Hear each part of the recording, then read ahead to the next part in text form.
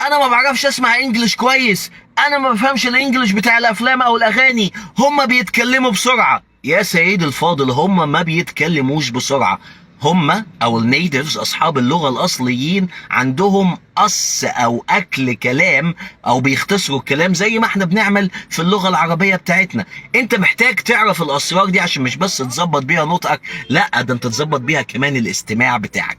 معايا النهارده بقى سر حلو جدا هيساعدك مش بس تظبط نطقك، لا كمان لما تسمع حد بيستخدم الطريقة دي تفهمه. التي، القاعدة بقى، التي او السر ده، التي لما بتيجي في اخر كلمة والكلمة اللي بعدها تبتدي بواي بنقولها تش. تش.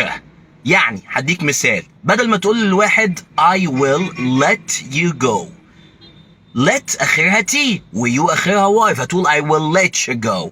I will let you go. اوكي، عاوز تقول لواحد مثلا بدل ما تقول له what you want هتقولها، بدل ما تقول what you want هتقولها what you want. watch ت ي what you want. اوكي، what you want. برضو عاوز مثلا تقول للواحد I know information about you، انا اعرف معلومات عنك، بدل ما تقول له I know information about you هتقول له I know information about you. about you دي هتفرق معاك كتير قوي. عاوز بقى تعلي الاستماع بتاعك كمان والنطق كمان في نفس الوقت، انا كنت عملت فيديو جامد جدا بيقول لك ازاي تطور مهارة الاستماع بتاعتك في 30 يوم فقط، هسيبه لك below the video او اسفل الفيديو، ابقى اتفرج عليه. سلام.